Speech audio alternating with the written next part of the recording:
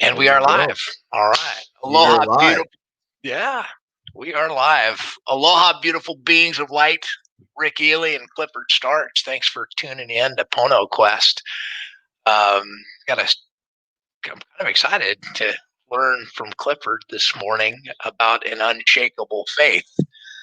Here's a guy who goes nonstop. He never stops. He's always alive and awakened the greatness within. He comes out every day, leading the way. Um, Clifford, good morning. Thanks Good for being morning. here. Yeah, thanks for having me on. Always appreciate your energy. Always appreciate being part of the Pono team.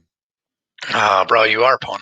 You're the epitome of Pono, man. You lead the way. You're the ultimate go giver, and as we do that, as we lead by example, Thank you. the rest of the world follows. Right? Is that true? I agree. Lead by example and the rest of the world follows. I love that statement. Clifford, you do have an unshakable faith. You want to describe it, and I'll step out of the way and let you just describe it, and I'll listen. I'll tune in and pay attention. Yeah, and if you have any questions or if anyone else has any questions, please feel free to ask. Always here. Wonderful. So this is a live broadcast, and if you've got any questions, if you're not in StreamYard, we are using StreamYard. Um, you can just allow StreamYard to. How does that work? Just allow StreamYard to Yeah. access. You give StreamYard access, and then you can contribute. Your comments can be contributed in the stream. Otherwise, Yeah. we're just seeing them on Facebook, uh, or we might not see them at all. So Mm-hmm. please make this an interactive journey. That's why we're here. We're not doing this to be, on an island. Uh, so I'll go ahead and step out and participate, please. Awesome. Thank Sounds you. good. All right, aloha. So, yeah, thanks for that introduction, Rick. 100% appreciate it. And this is actually my fourth principle. And as I've gone through my journey, it's the simplest one, but it's the most powerful one and the most impactful one because it's kind of the fuel for everything else. And what I say about life is it's easy to do right when things are going right. It's a lot more difficult when your life just isn't working in the way that you want it to work. And so that's what having unshakable faith can do for a person. Now, when we're speaking unshakable faith, it is also about how do you practice having unshakable faith? Because it's one thing to say to have it. The question is, what practices can we incorporate and put into our process? Because too often people practice having faith when they need it the most, instead of practicing having faith early and often. So when you need it, it's there for you.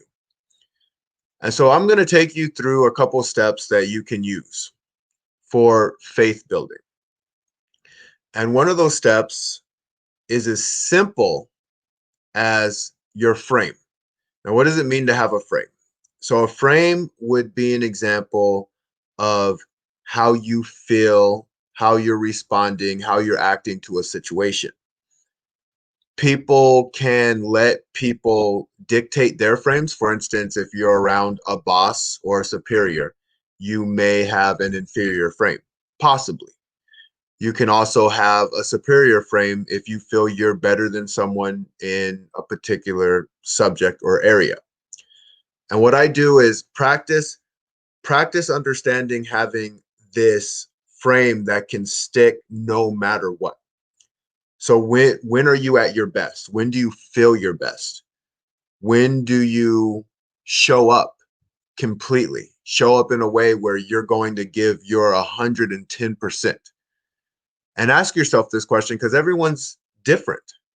People may feel a childhood experience has made them feel that they could get through anything.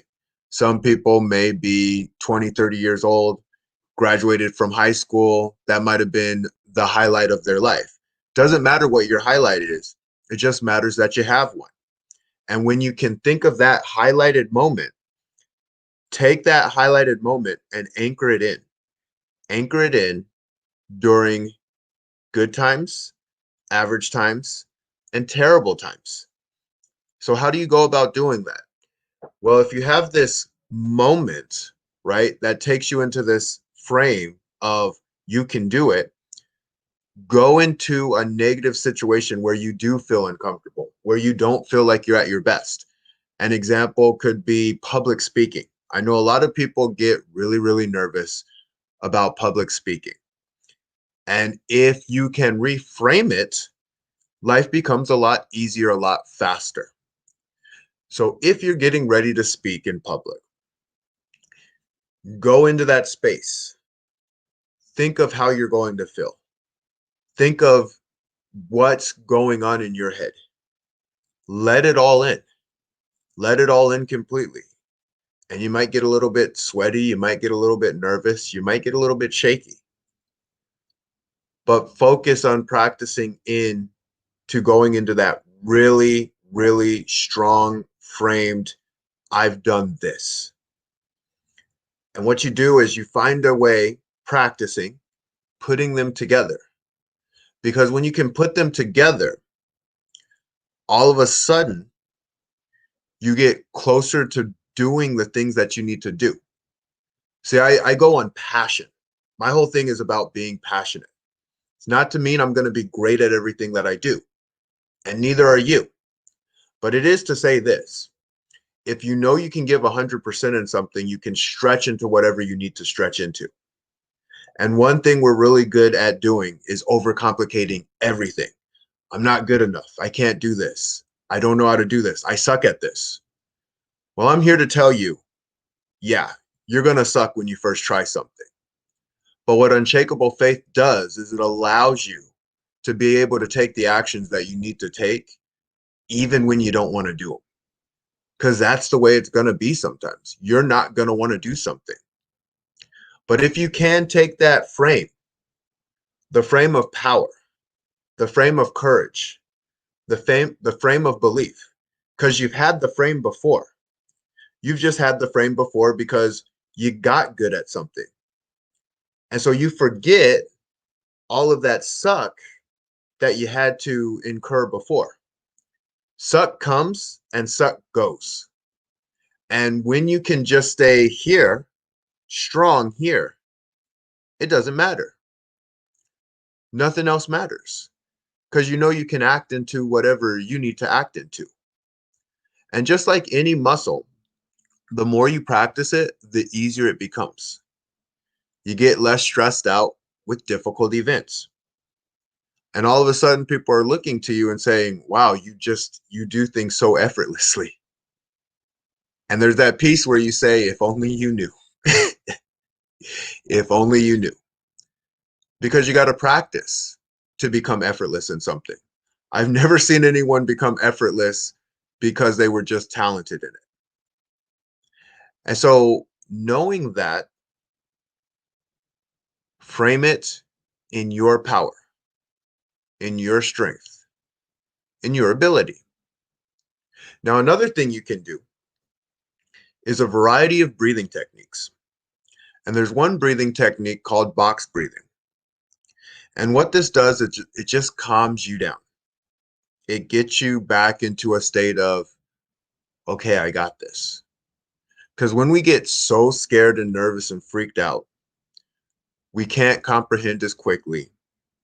We get stressed out. We're nervous. We're shaking. And we can't do the things that we need to do. We get outside of our creative genius and we get too focused. It's almost like too narrow because it's that fight or flight freeze feeling that people have. And so what I want you to do is remember how much of a creator you are and focus in on box breathing. And what it is let's say you breathe in, you inhale for 3 seconds. You hold that inhale for 3 seconds. You exhale for 3 seconds. And you hold that exhale for 3 seconds. So I'm going to do that with you a couple of times. So we're going to go.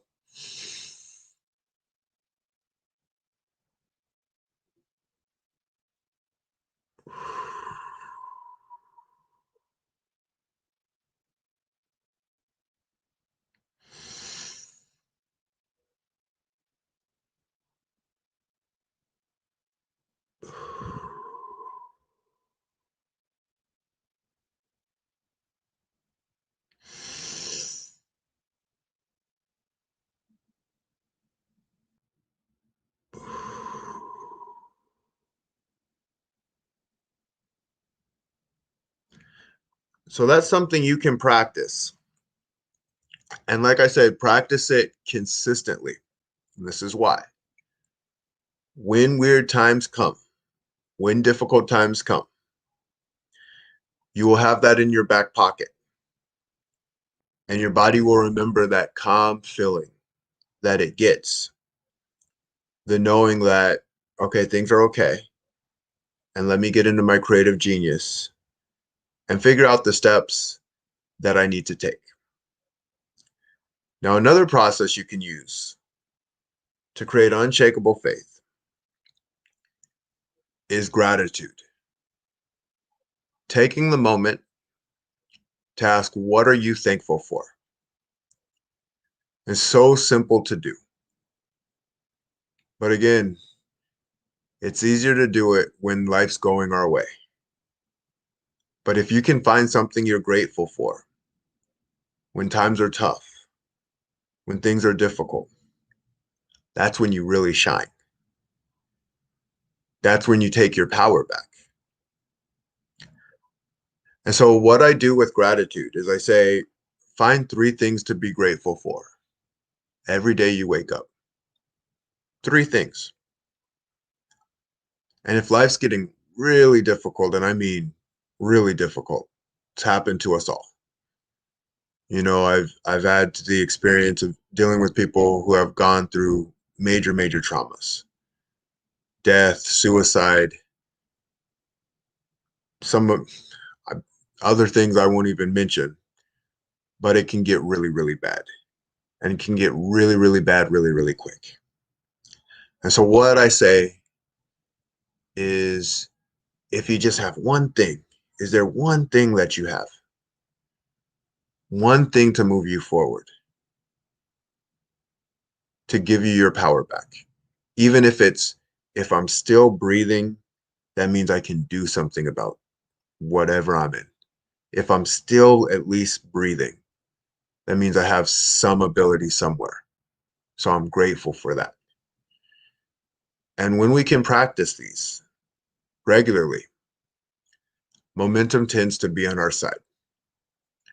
And when momentum is on our side, we have the ability and the power and the impact to change the world.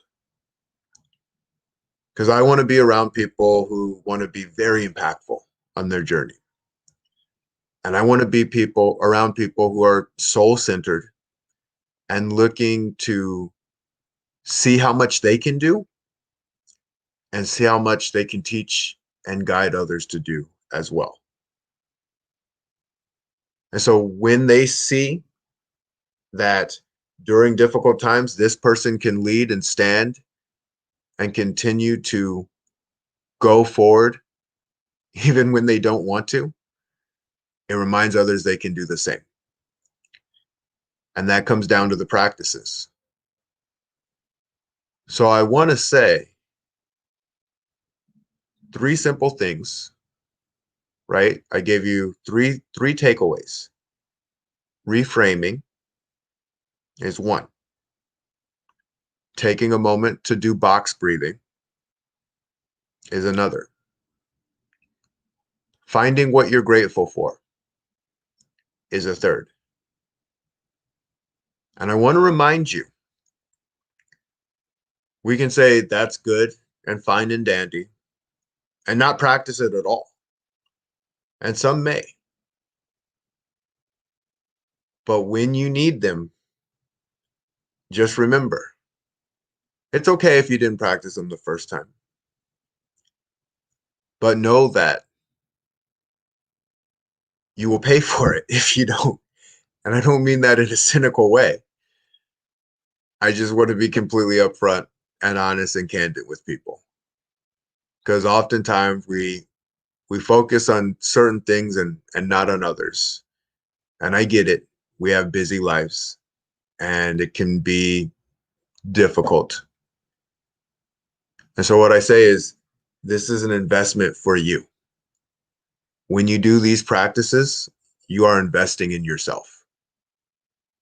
We get our oil changed. We take care of our cars. We take care of our houses. Make sure you take care of you too. Thank you.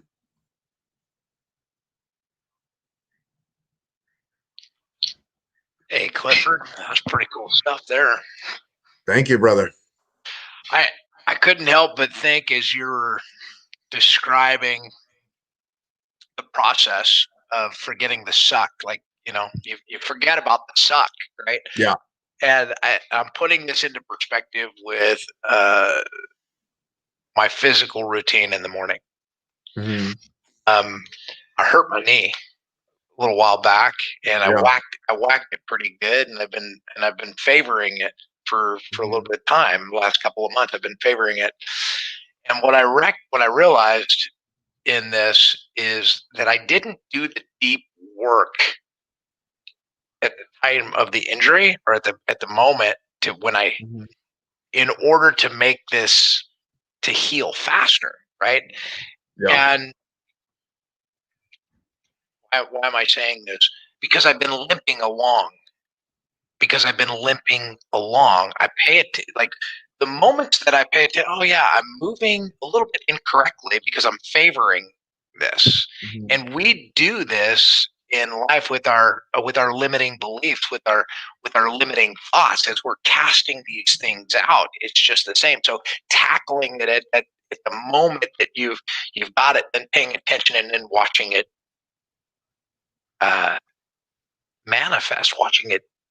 So let me just give you an example. Like I reach down, I touch my toes. Now I can go down effortlessly and hold my wrists on the ground, right? Because Hmm. I've become flexible. When I first started, it sucked so bad. Every time I tried to even get down, I couldn't even get the tips of my fingers to the ground, and it hurt. It hurt, and Yeah. it was embarrassing. Yeah. It was actually embarrassing because I couldn't stretch that far, and I was very self conscious of it. But Hmm. as we grow, as we teach ourselves, as I get down on my and and do this every day, the exercise it becomes easy, Yeah. effortlessly. And as we have these conversations, they become easy and effortlessly. That it's not so hard anymore. And that's what I love about you, Clifford, is like even when you're going through a really rough time, dude, a lot of Hmm. people don't know your wife's pregnant. She about Yeah. ready to pop. She about ready to pop. You got Yeah. a you got a puppy at home and you got a little Yeah. kid, and your son never stops. He that He actually speeds up. you wind him up and he goes. It's like Yeah. and we talk because we're friends. I mean, we Hmm. talk outside of quote unquote. We talk because we're friends, and I'm paying attention. I'm watching your life. I've Hmm. I've included you in my life because you have character. You Yeah. have there are elements of your character that I can identify with and that I want to emulate. That I know that I would be better. I would be a better human being if I could learn to do some of these things that right? I would be a Yeah. better human being if I could incorporate some of these things. I have an idea of who it is I want to be. Hmm. Yeah. Forecast, right? Yeah. I'm working into that. You come out with this unshakable faith and an unshakable strength at times when the rest of the world just wants to go crawl in a shell and you keep coming back out. That's the example, and that's why I continue to honor you. That's why I continue to lift you up. That's why I continue to point to you. It's not what you're saying, it's what you're doing. Yeah. You're doing that. You're being that which it is you want to experience. And so often in life, we can listen to people or give people our attention because we think that they have something shiny that maybe Mhm. we're attracted to. And if we just had that, then the reality is it's practice. You practice what it is you want to experience. Just Yeah. how you want to show up every day. Absolutely. Dude, you're a rock star. You're Pono. Yeah. How you've got your book. People can reach you in your book. This is your fourth principle, right? So Mhm. the principle of unshakable faith is your fourth principle. Yeah. Do you want to run through your six principles or your power six? Wanna- Yeah. So all six principles are, the first one is the three C's. So it's almost like three principles bundled into one, but they all are very similar to one another. And that is having clarity, having certainty, and having commitment. So when you're clear on what you want and you're certain about yourself and your abilities and you're committed to it, that's the start. That's where we start every foundation, just like building a house. We got to have our foundation in place. And if the thought isn't there, if the feelings behind the thoughts aren't there, you're just not going to do it. Like, it's not going, or at least not as well. And so the second principle is having that effective plan. An effective plan, we're always adjusting this thing. It is our roadmap, and it is about us being effective in our planning, right? Like, anyone can have a plan, but a plan that's ineffective isn't really a plan at all. And oftentimes we're not planning to fail, but we do fail to plan and fail to plan effectively. The third is the passionate action. That one, I personally, it's one of my favorites just because everything I go after it with passion. And when I go after it with passion, I tend to stretch and grow into what I need to grow into. Like I said, my journey started off as, it's not as a fat kid. It was before then. And I'm gonna write some copy about that later on, but it really started with my biological dad leaving. And some people might get a little confused because I talk about how great my parents are. Well, my dad, I call him my dad, my real dad. He's not my biological. My biological drove away. And so was, people ask, how did you become a fighter? And I didn't fight out of hate for anything, but I fought because I wanted to be strong. I was a competitor because in my mind, I'm feeling everyone's going to leave one day anyway. So you better get damn strong and be ready. And I didn't lose my heart. The heart was still for loving others and loving people. But it was also, you better be able to stand on your own 2 feet because no one's going to stay around. And that was the lesson he taught me. And I went through 3 steps of, the world works against you, it's you versus you, and the world works for you. It's my personal journey, my personal process. And so my passionate action has gotten me through so much. And the fourth, which we just went over, the unshakable faith, yeah, yeah, because life's not always going to give you everything even when I say the word, life will give you what you give it, not right away. Like, you can't go like, all right, I gave to you life. Can I have it back now? Like, no, it's a process. And life's going to give it to you when it feels it's ready to give it to you. But you don't get to say like, all right, I'm going to do this for a week so I can get compensated for this, right? Like, no. The way it works, compound, everything's compounded. It's just the law of nature.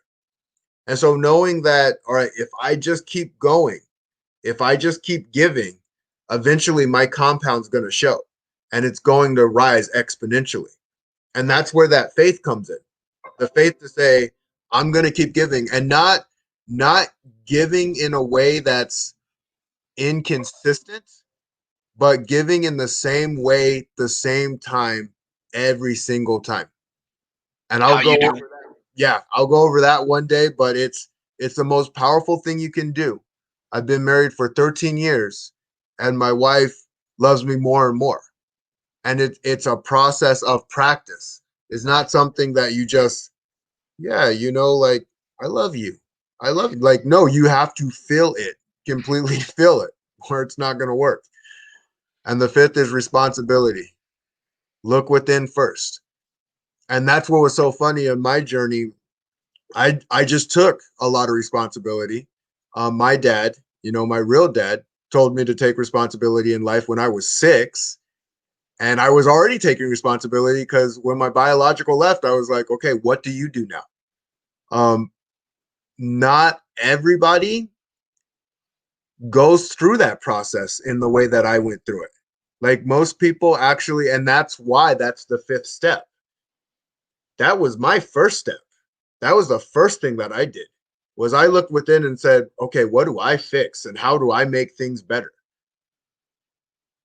From what I've seen with the people that I work with, I just need them to feel good about themselves because they take that stuff and they get broken by it.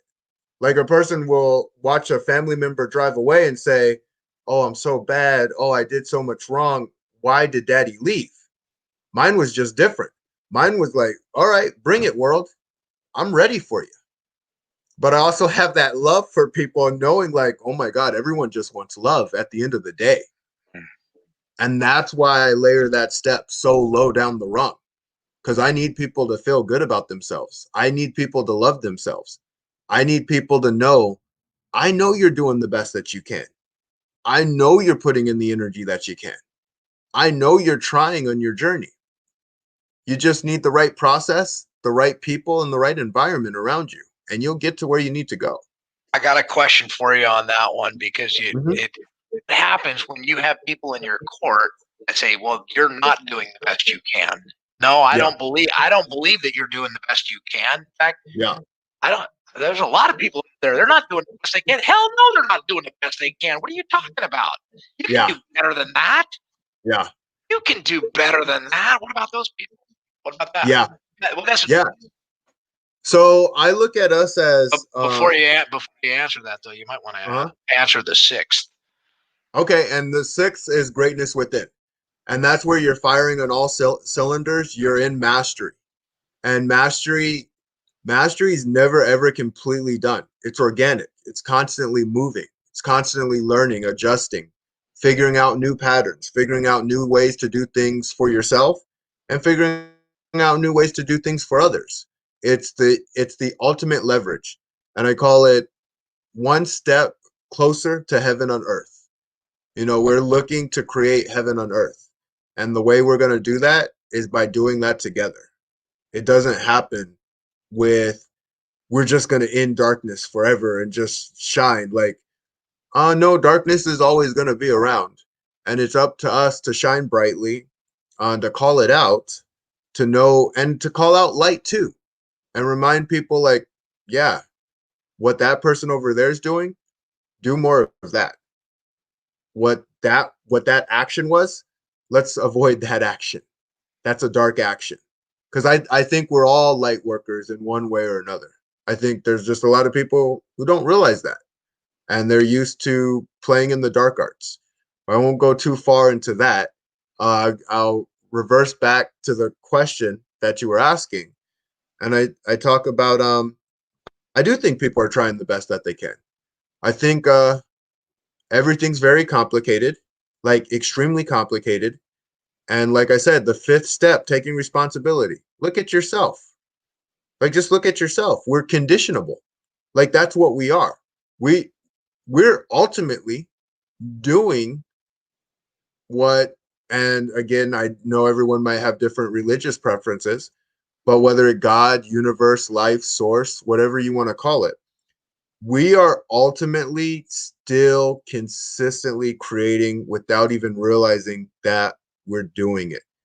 We are creators consistently. We are doing what the ducks do. We are doing what lions do. We are doing what tigers do. We are doing what any animal does. We are living in our ability of choice. That's a very powerful ability to have, the ability of choice, and to say, like, you get to choose.